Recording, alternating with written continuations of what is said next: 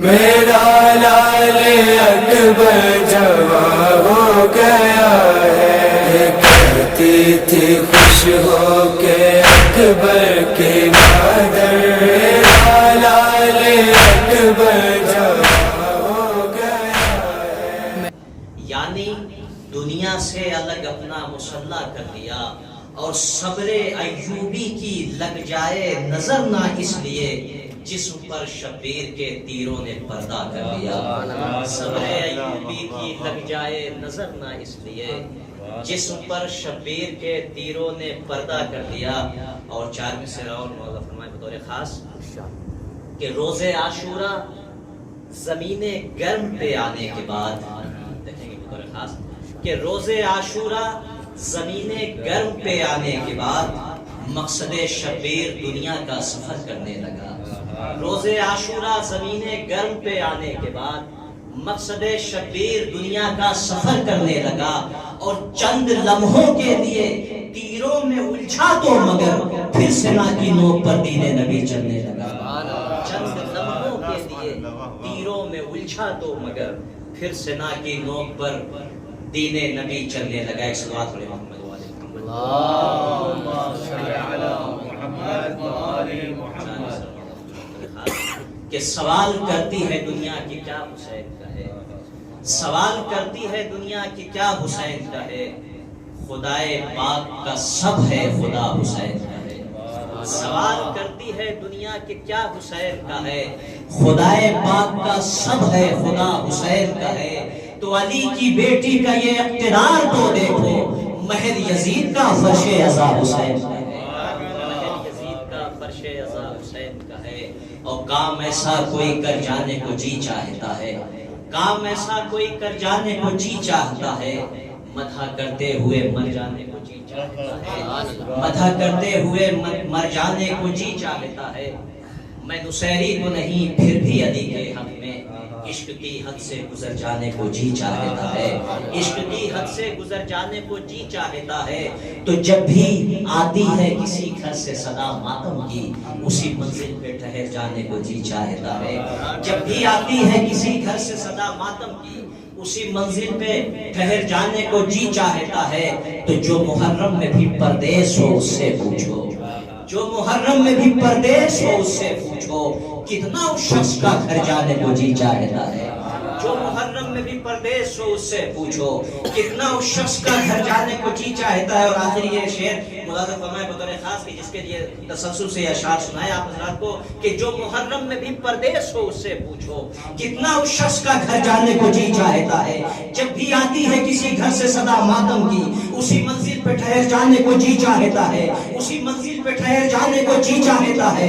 تو ہر سے عاشور کو یہ پوچھ رہی تھی قسمت، نور یا نار کدھر جانے کو جی چاہتا ہے۔ ہر سے عاشور کو یہ پوچھ رہی تھی قسمت، ہر سے عاشور کو یہ پوچھ رہی تھی قسمت، نور یا نار کدھر جانے کو جی چاہتا ہے، نور یا نار کدھر جانے کو جی چاہتا ہے۔ صلو علی محمد و آل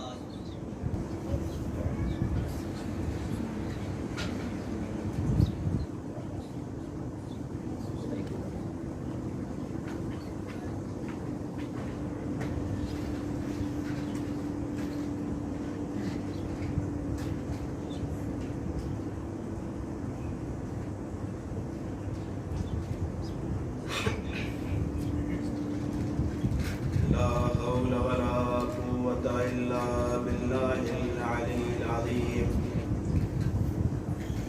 حسبنا الله نعم الوكيل نعم المولى ونعم النصير أعوذ بالله من الشيطان الرجيم بسم الله الرحمن الرحيم الحمد لله رب العالمين الصلاة والسلام على سيد الأشرف الأنبياء والمرسلين سيدنا ونبينا وشفيع ذنوبنا مولى ومولى الثقلين جد الحسنين بالقاسم محمد اللهم صل على محمد وعلى آله الطيبين الطاهرين المعصومين المظلومين المنتجبين المنتخبين ولعنة الله على أعدائهم أجمعين. أما بعد فقد قال الله تبارك وتعالى في القرآن المجيد وقوله الحق بسم الله الرحمن الرحيم ونفس وما سواها فألهمها فجورها وتقواها. صلوات محمد وآل محمد.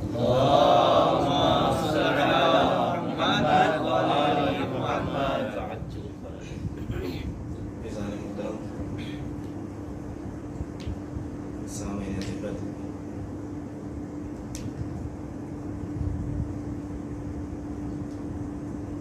آپ خود بھی اس چیز کو محسوس کرتے ہوں گے بارہا کہ جب سامنے علماء کرام تشریف رکھتے ہوں، طلاب ذویل احترام آپ کے سامنے موجود ہوں، اور وہ بھی کوئی عام جگہ نہیں، موضع علمیہ نجف اشرف میں جب افاضل نجف اشرف سامنے موجود ہوں، بہرحال ایک بڑا مشکل مرحلہ ہوتا ہے لب کشائی کرنا. لیکن چونکہ ذکر محمد و آل محمد ایک ایسی سعادت ہے کہ جس کو کوئی ترک نہیں کرنا چاہتا، اور اسی غرض کے حصول کے لیے میں آپ حضرات کے سامنے حاضر ہو گیا،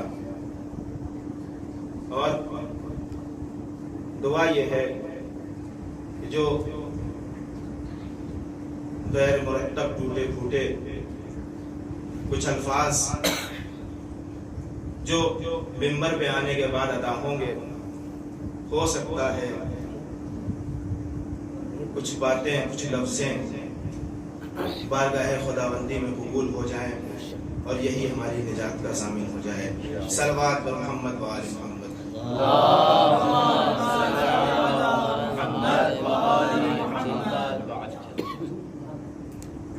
میں نے جس آیہ کریمہ کو عنوان کلام قرار دیا ہے، خالق کائنات مالک ارض و سما اپنی لارائب کتاب جس کے متعدد اسماء اسی کتاب میں ذکر کیے گئے ہیں، ارشاد فرما رہا ہے، قسم ہے نفس کی اور اس کے بنانے والے کی، فَأَلْهَمَهَا فُجُورَهَا وَتَقْوَاهَا، اور اسے ہم نے الہام کر دیا کہ فسق و فجور کیا ہے اور تقوی و پرہیزگاری کیا ہے. انسان دو چیزوں سے مل کے بنا ہے، ایک کا نام جسم ہے جو ظاہراً ہم سب کی نگاہوں کے سامنے رہتا ہے، جسے ہم دیکھ سکتے ہیں، جس کا مشاہدہ ہم کر سکتے ہیں، اور ایک وہ حصہ ہے کہ جو ہماری نظروں سے پوشیدہ ہوتا ہے، جسے روح کہا جاتا ہے. انسان کے اندر پائے جانے والے کمالات میں سے کچھ کمال کا تعلق اس کے جسم سے ہوتا ہے، اور کچھ کمال کا تعلق اس کے نفس اور روح سے ہوتا ہے. یعنی دوسرے لفظوں میں یہ کہوں کہ تلوار چلانا یہ جسمانی طاقت کا کمال ہے، لیکن برمحل تلوار چلانا یہ نفس کے کمال کا ہے. تلوار چلانا یہ جسمانی کمال ہے، لیکن کب کہاں پہ تلوار چلانا ہے یہ نفس کا کمال ہے. اور یہی وجہ ہے کہ جو بدن کے جسمانی طاقت میں ماہر تھے وہ جب تک تلوار میں شک نہ ہوا، لیکن جہاں نبی نے تلوار روک کر قلم سے کام لینا شروع کیا انہیں نبوت پہ شک ہونے لگا۔ صلوات پر محمد و آل محمد۔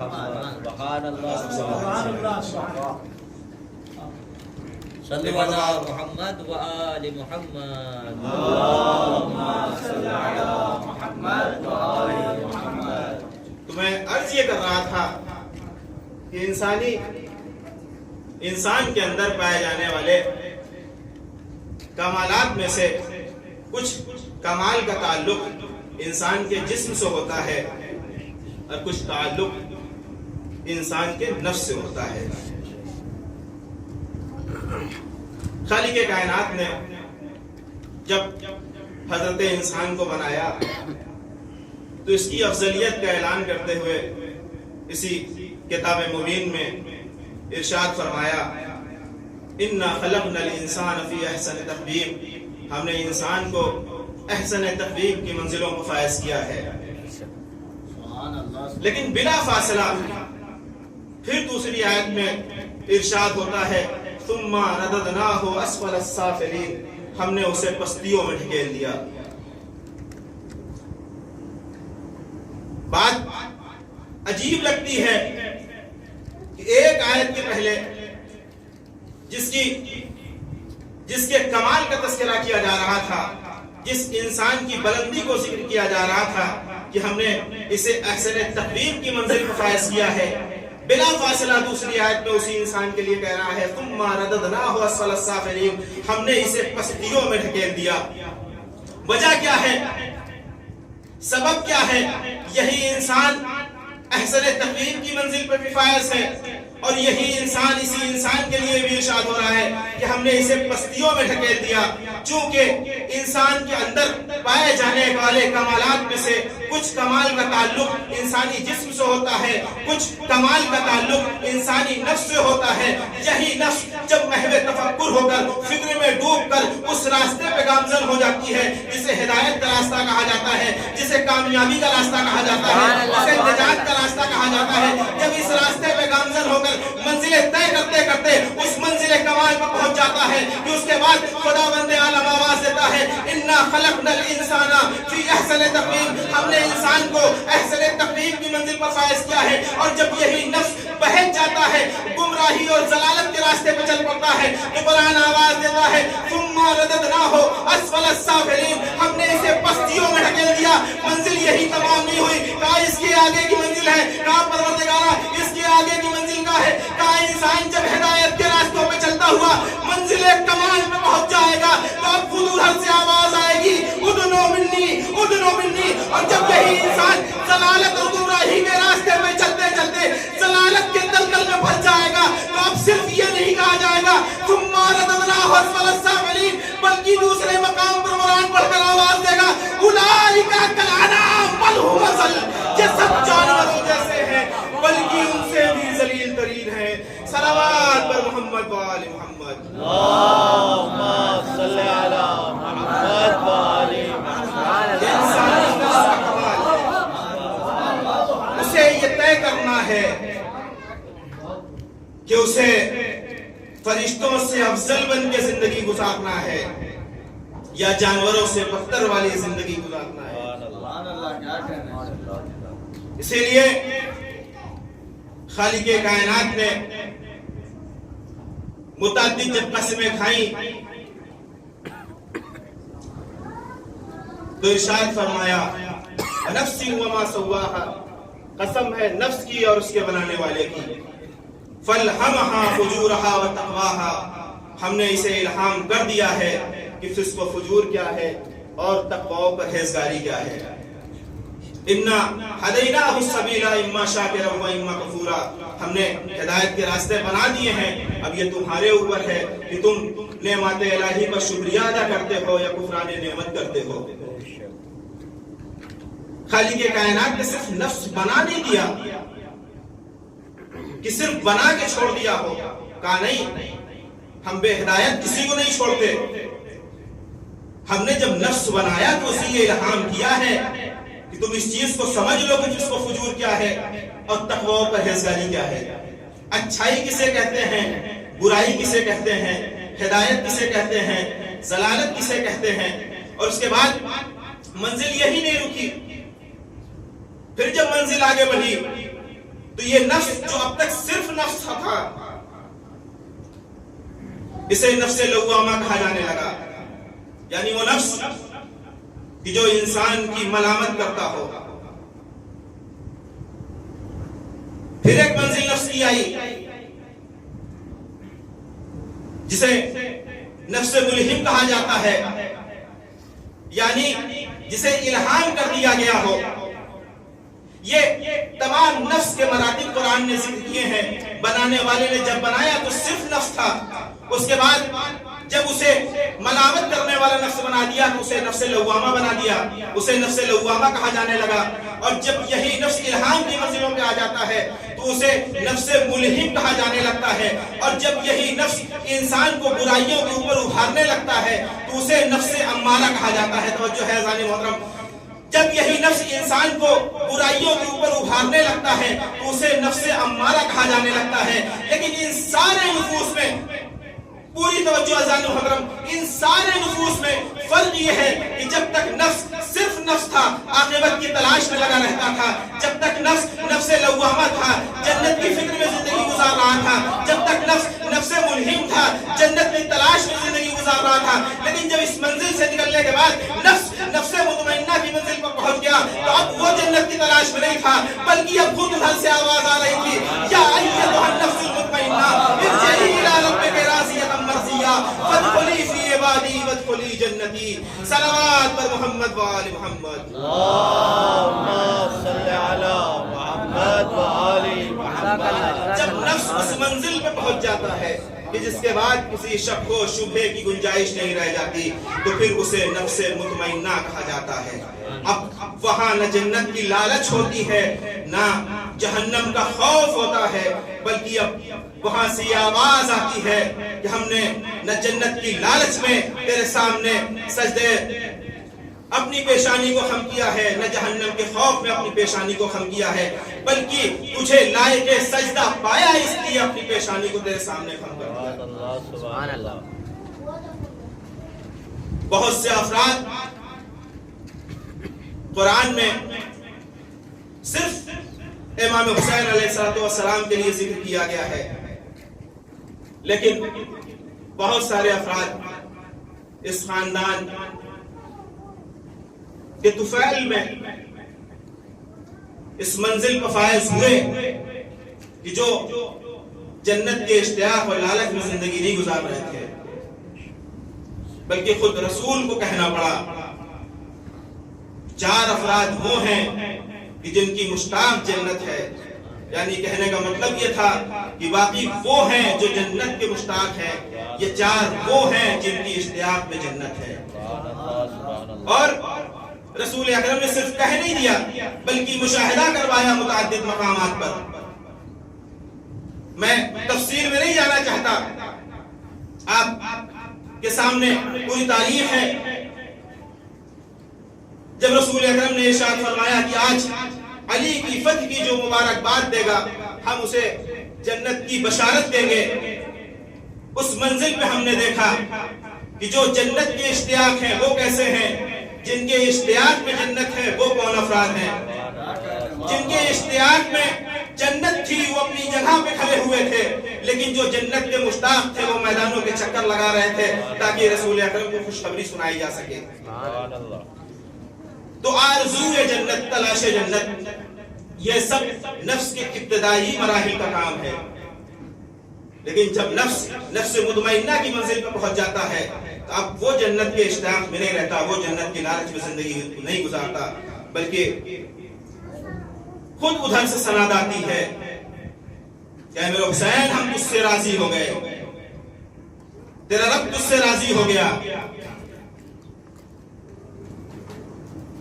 کروڑوں مسلمانوں کا 1400 سال سے کسی کے لیے دست دعا بلند کر کے یہ رٹ لگائے رہنا خدایا تو ان سے راضی ہو جا، خدایا تو ان سے راضی ہو جا، خدایا تو ان سے راضی ہو جا۔ ان کی منزلیں الگ ہوتی ہیں، لیکن جو بستر رسول پر لے کر مرضی الہی کا سودا کر لے ان کی منزلیں الگ ہوتی ہیں۔ صلوات پر محمد و آل محمد۔ اللهم صل على محمد وآل محمد۔ سبحان اللہ سبحان اللہ۔ تو میں نے عرض کیا کہ تلاش جنت، جستجو جنت، اشتیاق جنت، یہ سب نفس کے ابتدائی مراحل کا کام ہے۔ چونکہ انسانی کمال، اکثر کمالات کا تعلق انسانی نفس سے ہوتا ہے۔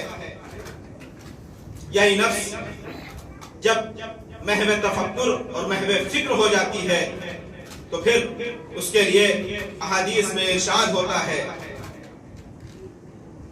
فکر و ساعت خیر من عبادت السنہ۔ روایات میں آیا ہے صرف ایک سال کے لیے نہیں، متعدد روایات آئی ہیں کہ 30 سال کی عبادت سے بہتر ہے، 60 سال کی عبادت سے بہتر ہے، 70 سال کی عبادت سے بہتر ہے۔ ایک ساعت کی فکر، اور یہی فکر بہتر ہو جاتی ہے 60-70 سال کی عبادت سے، جب یہ فکر صراط مستقیم پہ ہو، جب یہ فکر صحیح راستے پہ ہو، تو یہی ایک لمحے کی فکر 60-70 سال کی عبادت سے بہتر ہو جاتی ہے۔ لیکن جب یہی فکر ضلالتوں کے راستے پہ، گمراہیوں کے راستے پہ گامزن ہو جائے تو پوری زندگی عبادت کرنے والا ایک لمحے میں اپنی ساری عبادتوں کو ضائع کر دیتا ہے۔ سوال ہوتا ہے کہ کیسے ممکن ہے کہ انسان اگر ایک لمحہ بیٹھ کر محو فکر ہو جائے تو اس کی یہ فکر 70 سال کی عبادت سے بہتر ہو جائے گی۔ ایک مثال چھوٹی سی اور اس کے بعد انشاءاللہ آگے کی منزل۔ دو شخص تھے، لیکن پہچانیے کہ کیسے ایک لمحے کی فکر انسان کی پوری زندگی کی عبادت پر بھاری پڑ جاتی ہے۔ دو بھائی تھے، کسی شہر میں رہا کرتے تھے، 2 منزلہ مکان تھا۔ بڑا بھائی نیچے رہا کرتا تھا اور اس کا چھوٹا بھائی اوپر کی طرف رہا کرتا تھا۔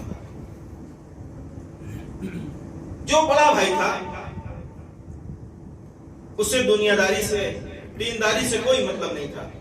اس کا اچھا خاصا بزنس چل رہا تھا، وہ اپنے کاروبار اور تجارت میں مصروف تھا، پوری طرح دنیا میں ڈوبا ہوا تھا۔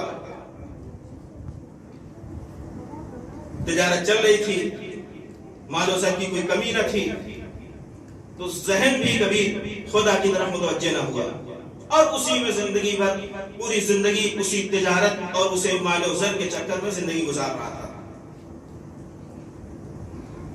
لیکن جو اس کے مقابل میں اس کا جو دوسرا بھائی تھا، جو دوسرے تعبیر پہ رہتا تھا، وہ ایسے ہی کہیں مزدوری کر لیا کرتا تھا، اتنا ساز و سامان اکٹھا کر لیا کرتا تھا کہ اپنی زندگی گزر بسر کر سکے۔ لیکن دونوں میں فرق یہ تھا کہ وہ صرف دنیا میں ڈوبا ہوا تھا، لیکن یہ بھائی جو اوپر رہا کرتا تھا بس اکتفا کرتا تھا اتنے پہ کہ جتنے پہ زندگی گزر بسر ہو جائے، اور اس کے بعد دن رات عبادت خدا بندی میں مصروف رہا کرتا تھا اور اپنے خدا کو یاد کیا کرتا تھا۔ زندگی اسی طریقے سے گزر رہی تھی، لیکن ایک مرتبہ اس کے ذہن میں، جو بھائی بڑا تھا، نیچے رہا کرتا تھا، جس کا بزنس اور کاروبار تھا، جو پوری طرح سے دنیاوی مسائل میں ملوث تھا، اس کے ذہن میں ایک سوال پیدا ہوا کہ ہمارے پاس نہ مال و زر کی کوئی کمی ہے، نہ دولت کی کوئی کمی ہے، نوکر چاکر میرے پاس ہے، سب کچھ تو میرے پاس ہے، لیکن ہماری زندگی میں وہ سکون نہیں ہے جو میرے بھائی کے پاس ہے۔ جتنی سکون سے راتوں کی نیند وہ لیتا ہے ہم نہیں لے پاتے.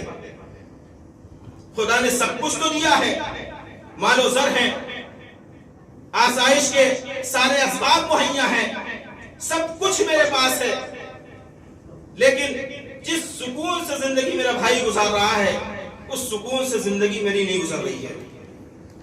یہ فکر اس کے ذہن میں پیدا ہوئی. اور اس کا بھائی جو اوپر رہا کرتا تھا، جو ہمیشہ عبادت خداوندی میں مصروف رہا کرتا تھا،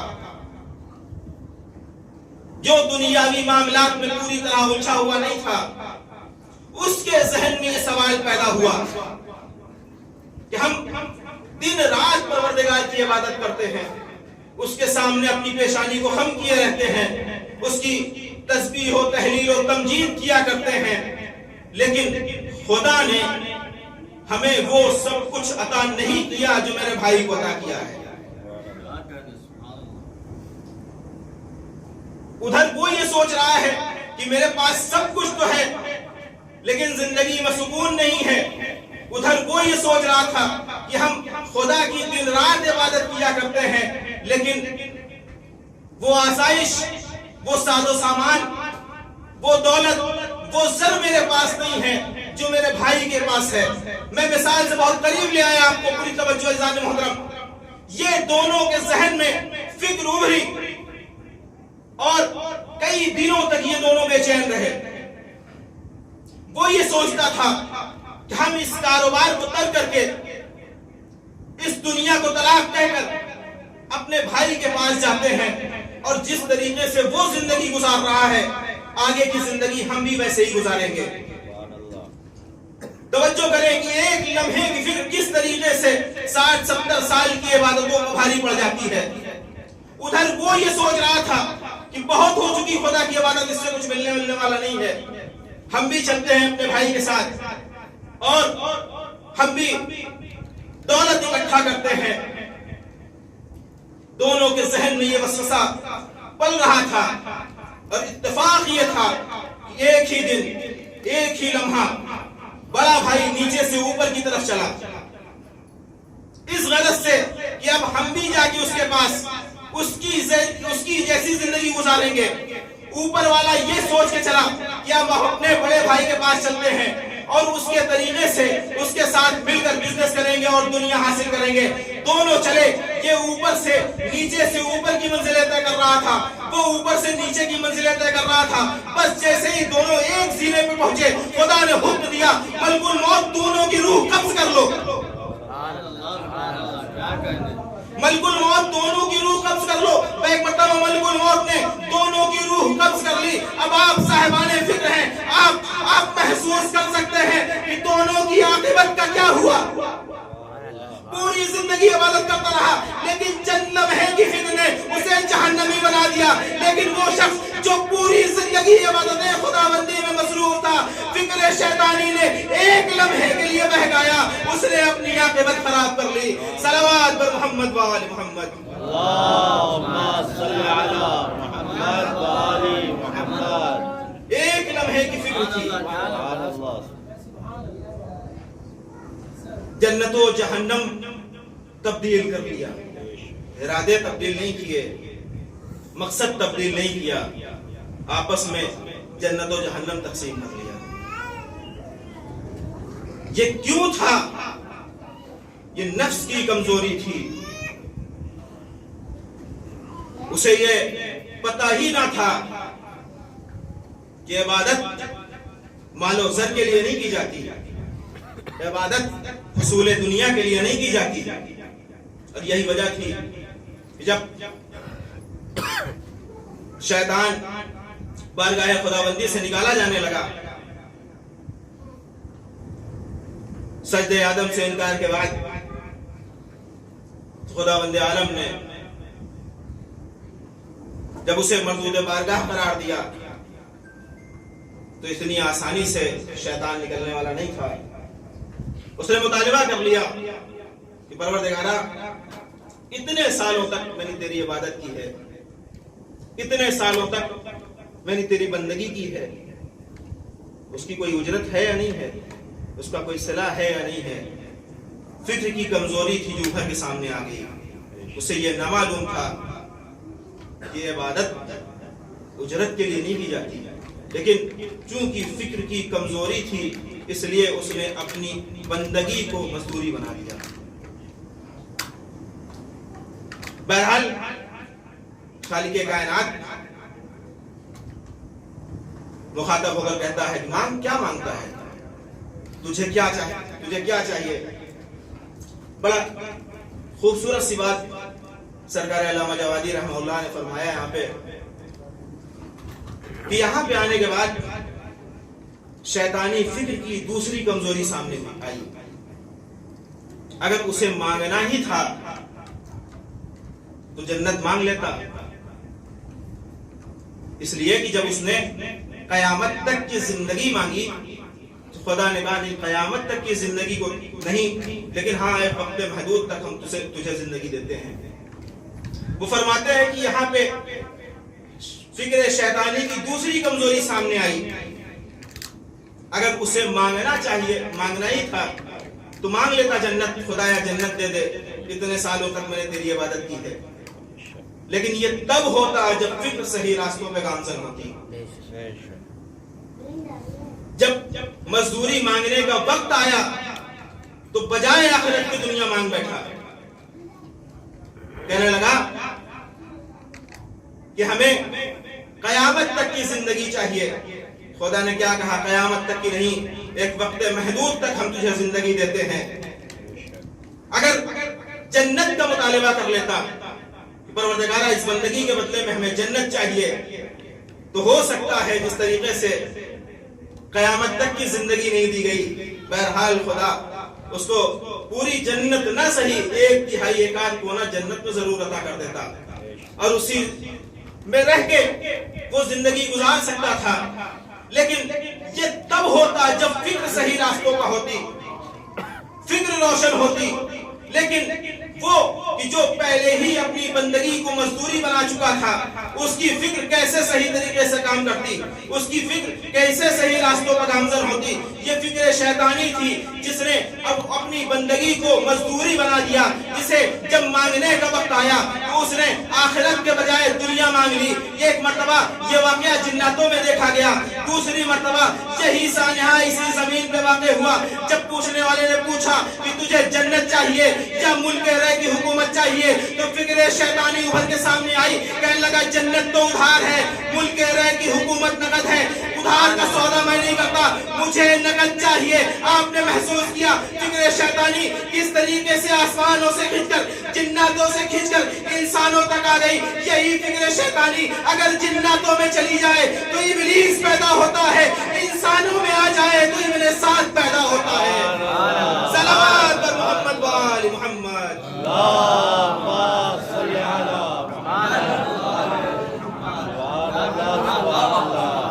مان کیا مانگنا چاہتا ہے،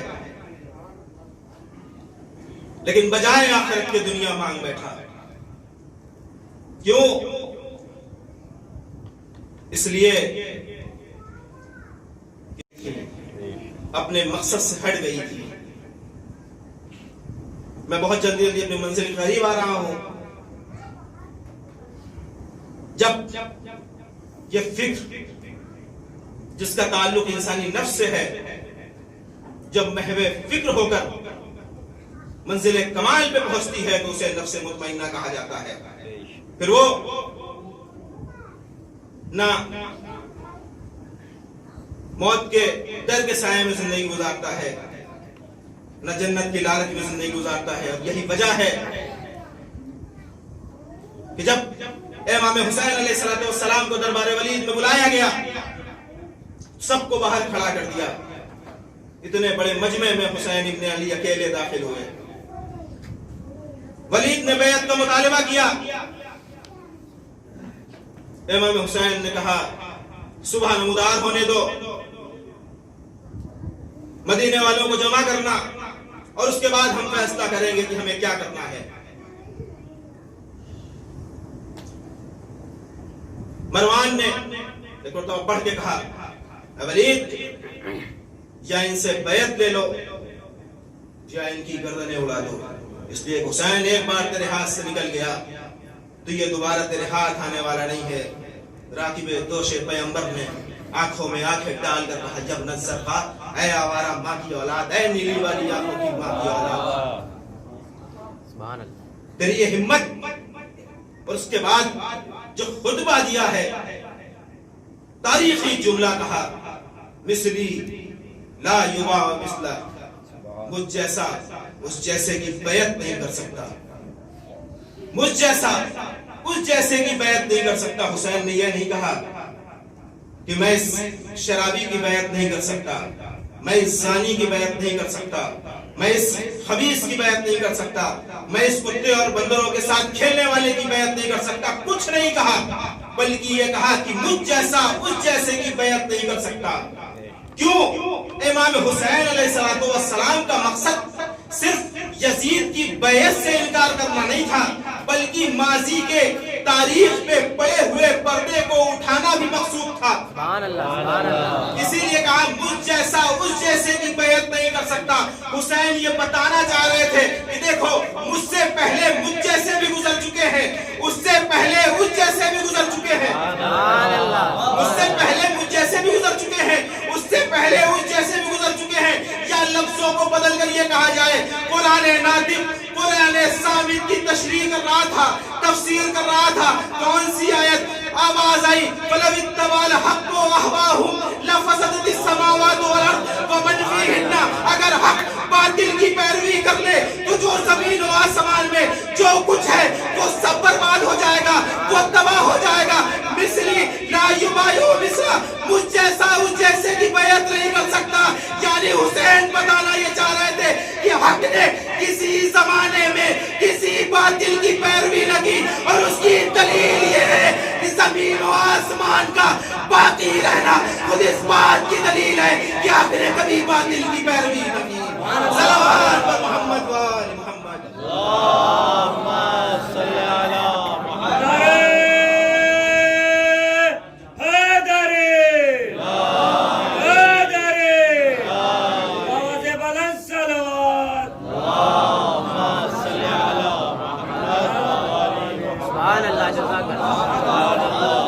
دلیل یہ ہے کہ اگر حق نے کسی زمانے میں باطل کی پیروی کر لی ہوتی تو نظام کائنات درہم برہم ہو جاتا، جو کچھ زمین و آسمان میں ہے وہ سب برباد ہو جاتا۔ اور تعجب امام حسین علیہ السلام کے انکار پہ ہونا ہی نہیں چاہیے۔ کیوں؟ اس لیے کہ یہ امام ہے۔ اگر کسی سے یہ کہا جائے کہ پیغمبر اسلام جب منزل معراج کو طے کر رہے تھے تو انہوں نے یہ دیکھا کہ معصوم اللہ خدا سجدے کر رہا تھا، عبادتیں کر رہا تھا، تو مخاطب ہو کر کہیں گے دماغ خراب ہے آپ کا، خدا سجدہ کر سکتا ہے؟ کہا کیوں نہیں کر سکتا؟ جب اس نے نہیں کیا تو بندوں کو حکم کہاں سے دیا؟ اس نے زمین و آسمان بنایا، وہ سجدہ کیوں نہیں کر سکتا؟ کہنے لگے کہ خدا مسجود ہے، ساجد نہیں ہے، خدا معبود ہے، عابد نہیں ہے۔ معبود کبھی عبادت نہیں کرتا، مسجود کبھی سجدہ نہیں کرتا۔ میں نے کہا جس طریقے سے خدا خدا ہو کر سجدہ نہیں کر سکتا، اسی طریقے سے حسین امام ہو کر بیعت نہیں کر سکتے۔ چونکہ یہ امام ہے اس لیے بیعت ممکن نہیں ہے۔ آج عالم اسلام سے پوچھئے تو یہ کہتے ہیں کہ نہیں، ہم یزید کی بیعت کے قائل نہیں ہیں، یزید کی خلافت کے ہم قائل نہیں ہیں۔ لیکن مولانا مظہر حسن صاحب نے اپنی کتاب مصباح الظلم میں بڑی خوبصورت بات لکھی۔ وہ فرماتے ہیں کہ سوائے مولا کائنات کی ولایت بلا فصل کا اقرار کرنے والوں کے علاوہ کسی کو یہ حق ہی نہیں ہے کہ وہ یزید کی خلافت سے انکار کرے۔ بہت عمدہ بات لکھی انہوں نے، کا مولائے کائنات کی خلافت بلا فصل کا اقرار کرنے والوں کے علاوہ کسی کو یہ حق ہی حاصل نہیں ہے کہ وہ یزید کی خلافت سے انکار کرے. کہا کیوں؟ کہا آج تک مسلمانوں نے جو خلافت کا معیار بنایا تھا ان سارے معیار کے تحت یزید خلیفہ تھا. مسلمانوں نے خلافت کے لیے جو چیزیں معیار بنائی تھی ان سارے معیار کے تحت یزید خلیفہ تھا. معیار کیا بنایا؟ جب پہلے کو بنایا تو اجماع بنایا، دوسرے کو بنایا تو وصیت، تیسرے کو بنایا تو شورا، اور فقیر شام جب بنا تو قہر و غلبہ. سبحان اللہ سبحان اللہ جزاک اللہ بھائی سبحان اللہ. چار خصوصیتیں، چار خصوصیات طے کیے گئے، چار مرحلے تھے خلافت طے ہونے کے. اجماع بھی یزید کے ساتھ تھا، وصیت بھی اس کے بعد کی اس کے حق میں تھی، شورا بھی تھا. وہاں تو ایک کمیٹی تھی، یہاں نہ جانے کتنی کمیٹیاں تھیں، اور قہر و غلبہ بھی تھا یزید کا. یعنی آج تک مسلمانوں نے جتنی خصوصیات بنائے، جتنی کوالٹی جو ایک خلیفہ کے اندر ہونی چاہیے، جو مسلمانوں نے معیار بنایا تھا ان سارے معیار کے تحت یزید خلیفہ تھا. اب امام حسین علیہ السلام کے انکار کی اہمیت سمجھیے. مجھ جیسے کی بیعت نہیں کر سکتا. یعنی حسین کا انکار صرف یزید سے انکار نہیں تھا بلکہ اجماع سے بھی انکار تھا، وصیت سے بھی انکار تھا، شورا سے بھی انکار تھا، خیر و غلبہ سے بھی انکار تھا. صلوات بر محمد و آل محمد. اللهم صل على محمد وآل سبحان اللہ سبحان اللہ. حسین صرف یزید کی بیعت سے انکار نہیں کر رہے تھے بلکہ پہلے کی بھی بیعت سے انکار کر رہے تھے، دوسرے کی بھی بیعت سے انکار کر رہے تھے، تیسرے کی بھی بیعت سے انکار کر رہے تھے، اور فقیر شام کی بھی بیعت سے انکار کر رہے تھے. اس لیے لا یبایع مثلہ، مجھ جیسا اس جیسے کی بیعت نہیں کر سکتا. کیوں بیعت نہیں کر سکتے؟ اس لیے کہ امام ہے. امام کسی کی بیعت نہیں کر سکتا. میں نے ایک عالم دین سے یہ واقعہ سنا ہے، میں نے کہیں پڑھا نہیں ہے، لیکن بات آ گئی تو ضمن عرض کرتا چلوں. شیخ مفید علیہ الرحمہ سے بڑی دلچسپ گفتگو ہے. شیخ مفید علیہ الرحمہ سے ایک شخص نے آ کے یہ کہا کہ مولائے کائنات نے فلاں شخص کے پیچھے نماز پڑھی تھی. شیخ مفید جیسا عالم 2 منٹ میں چاہتا تو دھجیاں اڑا کے رکھ دیتا، لیکن کلام کی فصاحت یہ ہے کہ سامنے والے کے عقل کے معیار سے گفتگو کی جائے. کیا پڑھ لی ہوگی؟ کہا آپ کے عقیدے پہ کوئی ضرر واقع نہیں ہوتا؟ مولائے کائنات نے فلاں شخص کے پیچھے نماز پڑھ لی، کب پڑھ لی ہوگی؟ کہا آپ شیعہ ہیں نا؟ کہا الحمدللہ. کہا آپ کے شیعوں کے عقیدے پہ کیا اس بات سے کوئی فرق نہیں پڑتا کہ علی نے فلاں کے پیچھے نماز پڑھ لی؟ کہا کوئی فرق نہیں پڑتا. کہا کیوں؟ کہا اس لیے کہ ہم علی کو اپنا امام مانتے ہیں. جماعت شروع وہیں سے ہوتی ہے جہاں امام کھڑا ہوتا ہے. اس لیے کہ ہم علی کو اپنا امام مانتے ہیں، جماعت شروع وہیں سے ہوتی ہے جہاں امام کھڑا ہو جائے. علی کی نماز کی فکر مت کرو، فکر ان کی نمازوں کا کرو جو علی سے آگے کھڑے تھے. صلوات محمد و آل محمد.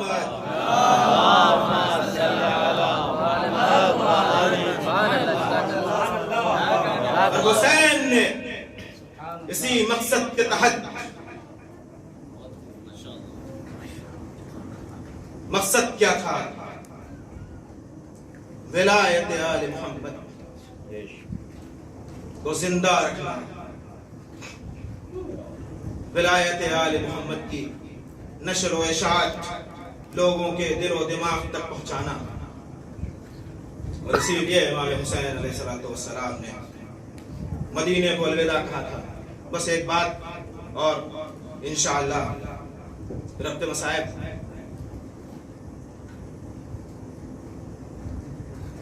جامع الازہر کے کسی زمانے میں تقریباً یہ علامہ امینی کے دور کا واقعہ ہے. جامع الازہر کی مصر کے چانسلر تھے شیخ شلتوت. انہوں نے دیکھیں مقصد کیا ہے, ہم مجلسیں برپا کیوں کرتے ہیں, ہم اتنا اہتمام اس عزاداری کے لیے کیوں کرتے ہیں, ہم اور آپ یہاں اکٹھا کیوں ہوئے ہیں. اچھا ضمناً ایک بات آ گئی, ایک بات اور کرتا چلوں کہ شیخ شلتوت تھے کون. آغائے بروجردی نے آغائے مچھی نجفی کے کہنے پہ ایک کمیٹی تشکیل دی. ان کے بارے میں ملتا بڑے منصف مزاج تھے, اور فقہ جعفری جامع الازہر مصر میں انہی کے زمانے میں رائج کی گئی تھی, یعنی وہاں سلیبس میں داخل کیا گیا تھا. تقریب المذاہب کے نام سے کمیٹی بنائی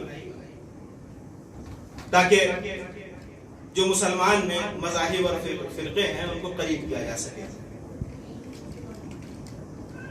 اتحاد کے علمبرداروں کو سابقہ علماء کی تاریخ اٹھا کے ایک مرتبہ ضرور پڑھنا چاہیے کہ جب وہ اتحاد کے لیے قدم بڑھاتے تھے تو معیار کیا ہوتا تھا.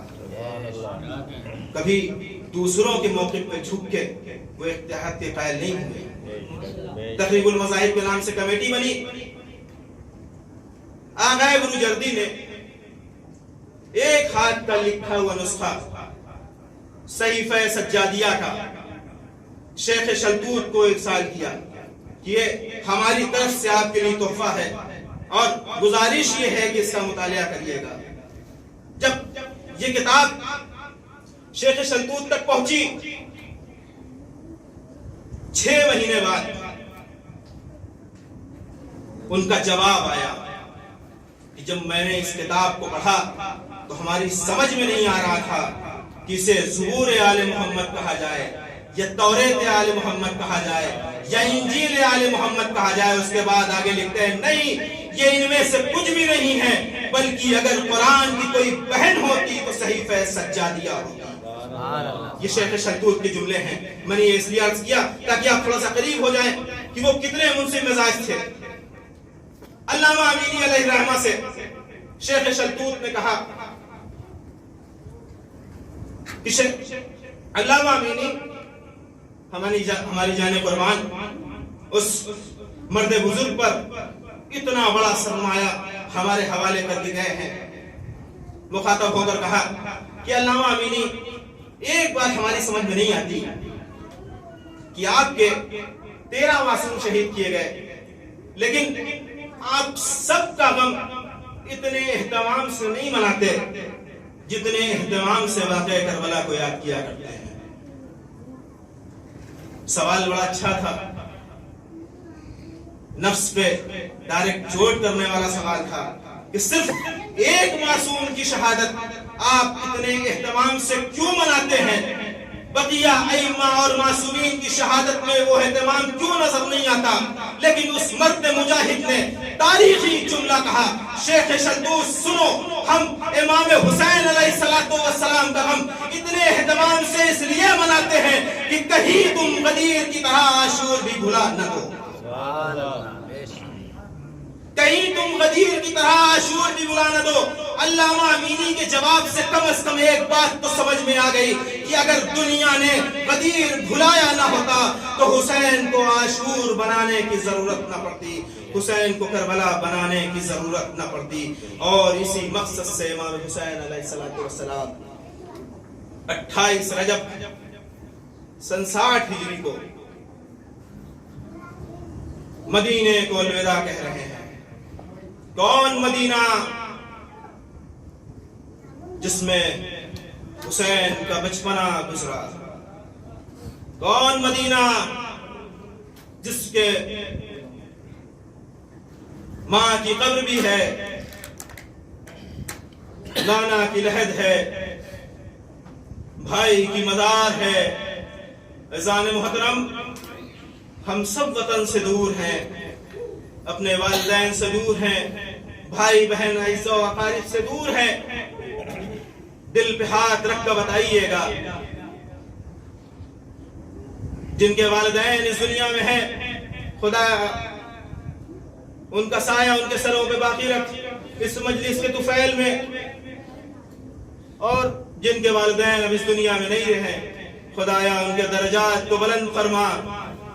انصاف سے بتائیے گا کہ جب اپنے گھروں کو نکلتے ہیں، جب اپنے گھر سے عازم سفر ہوتے ہیں تو دل میں یہ اطمینان ہوتا ہے کہ جا تو رہے ہیں، لیکن سال کے بعد، 2 سال کے بعد، 3 سال کے بعد وطن پلٹ کے آئیں گے، دوبارہ ماں سے ملاقات ہوگی، باپ سے ملاقات ہوگی، وطن سے ملاقات ہوگی، لیکن میرے پاس الفاظ نہیں ہے کہ میں حسین کی مدینے سے رخصتی پڑھوں۔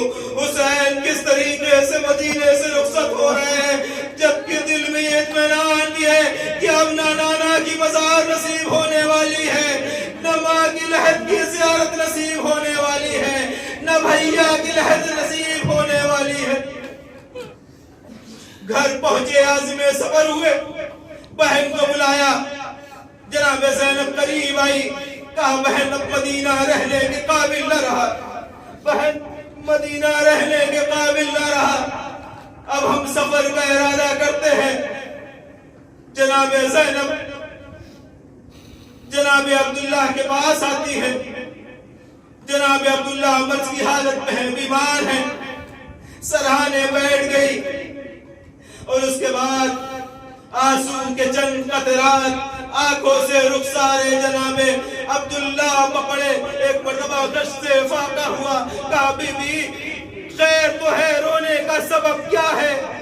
کہا عبداللہ میرا بھائی سفر کرنے جا رہا ہے، میرا بھائی سفر کرنے جا رہا ہے۔ بڑا نفسیاتی جملہ کہا جناب زینب نے، کہا عبداللہ آپ کو تو پتا ہے نا زینب بغیر بھائی کے نہیں رہ سکتی، زینب بغیر بھائی کے نہیں رہ سکتی۔ ایک مرتبہ عبداللہ کہتے ہیں زینب جاؤ، میں تمہیں روک بھی نہیں سکتا، اس لیے کہ اس سفر کا اہتمام آپ کے بابا نے عقد میں شرط رکھ کے کر دی تھی کہ اگر حسین سفر کرے، زینب ساتھ جانا چاہے تو کبھی روکو گے نہیں۔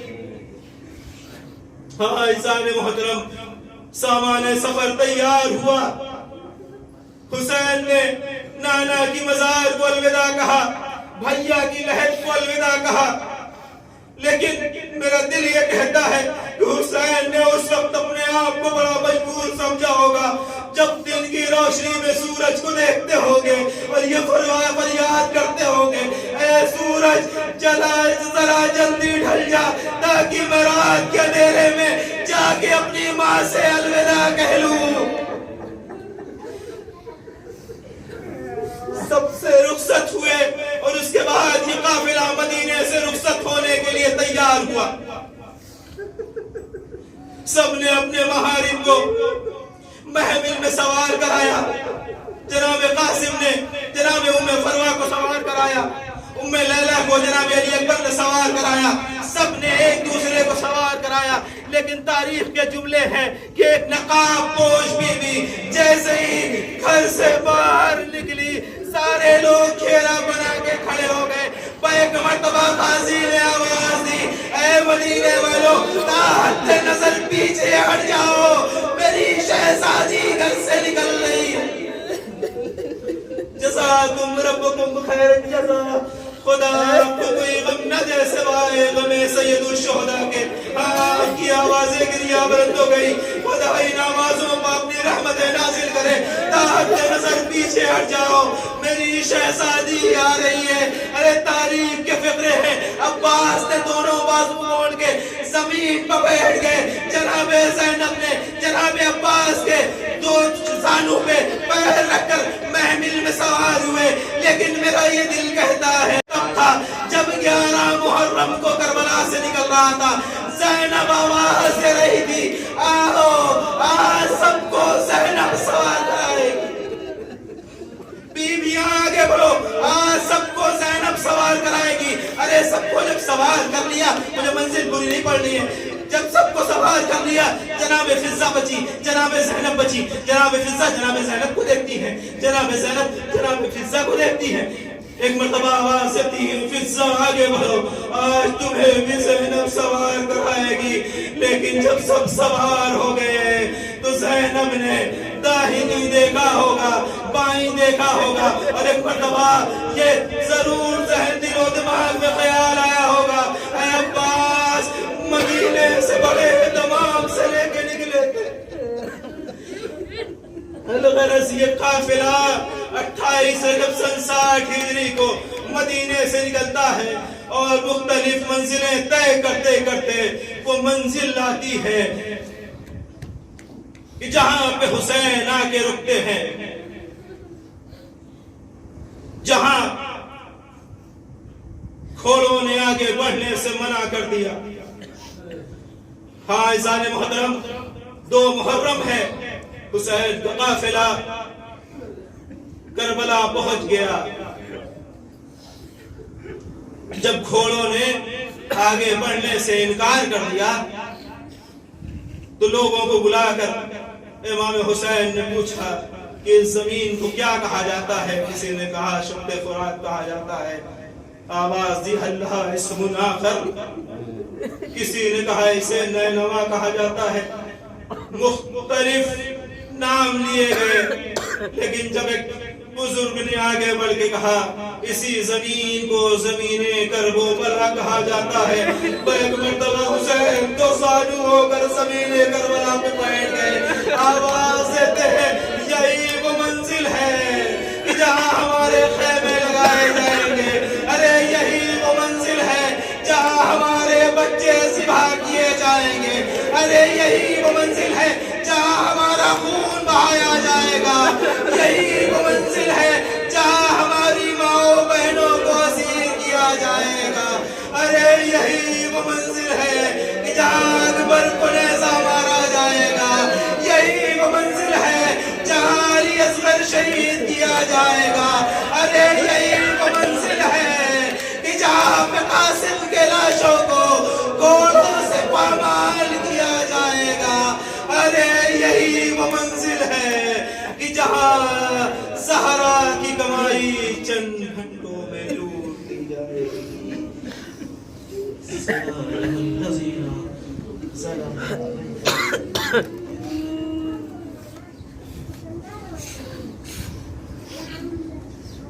لا للہ